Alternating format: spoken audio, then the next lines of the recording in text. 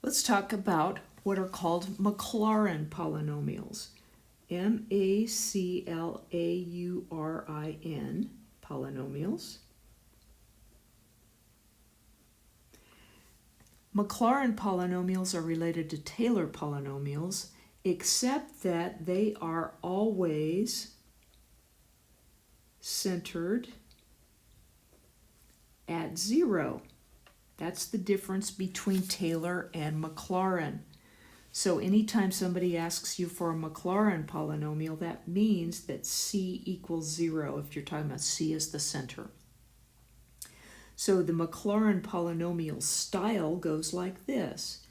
F of x is approximately equal to f of 0 plus f prime of 0 times x minus 0 to the first over 1 factorial plus f double prime at 0 x minus 0 squared over 2 factorial, and on and on. You probably see the pattern. 2, 2, 2, second derivative, first derivative 1, 1, and then the zeros.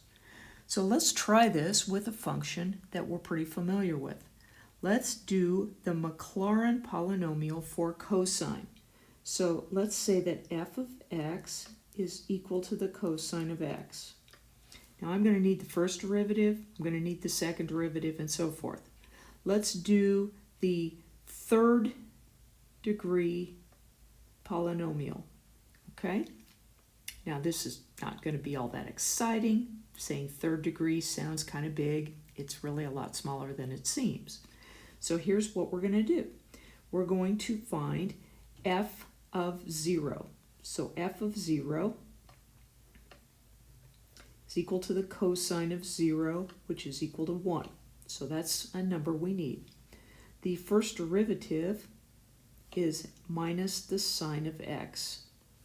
Now, f prime of 0 is equal to minus the sine of 0, which is 0.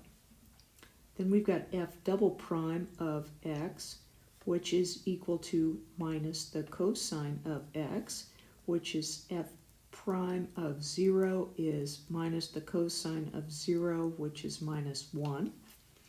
And then you can imagine what's going to happen here. F triple prime is equal to the sine of x, and f triple prime, I didn't put the second derivative on that. So f triple prime of 0 is equal to the sine of 0, which is 0. So maybe I should take this and go to the fourth instead, just to give it a little more excitement. So let's go to the fourth degree, put Roman numerals. The derivative of sine is cosine. So the fourth degree evaluated at 0 is the cosine of 0, which is 1. So that's a little bit more exciting. Okay, now let's put the values together.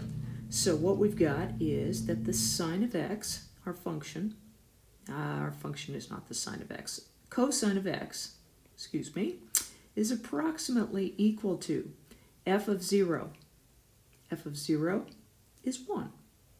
Plus, then we've got to take f prime of 0, so we've got to have 0 times x minus 0, which is just x, over 1 factorial.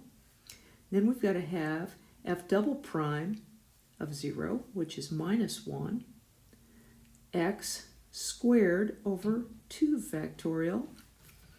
Then we've got to have f triple prime, which is 0, x cubed over 3 factorial. And then finally, we've got the fourth prime, which is 1, x to the fourth over 4 factorial. Well, this thing mostly disappears. We've got the cosine of x is equal to 1. This is 0. So minus x squared, 2 factorial is 2. So x squared over 2. And then this one goes away.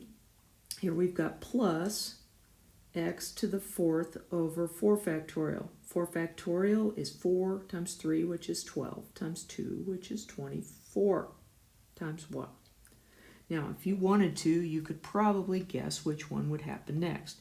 Notice the 0 one, the second one, and the fourth one, so the next one would be the 6th.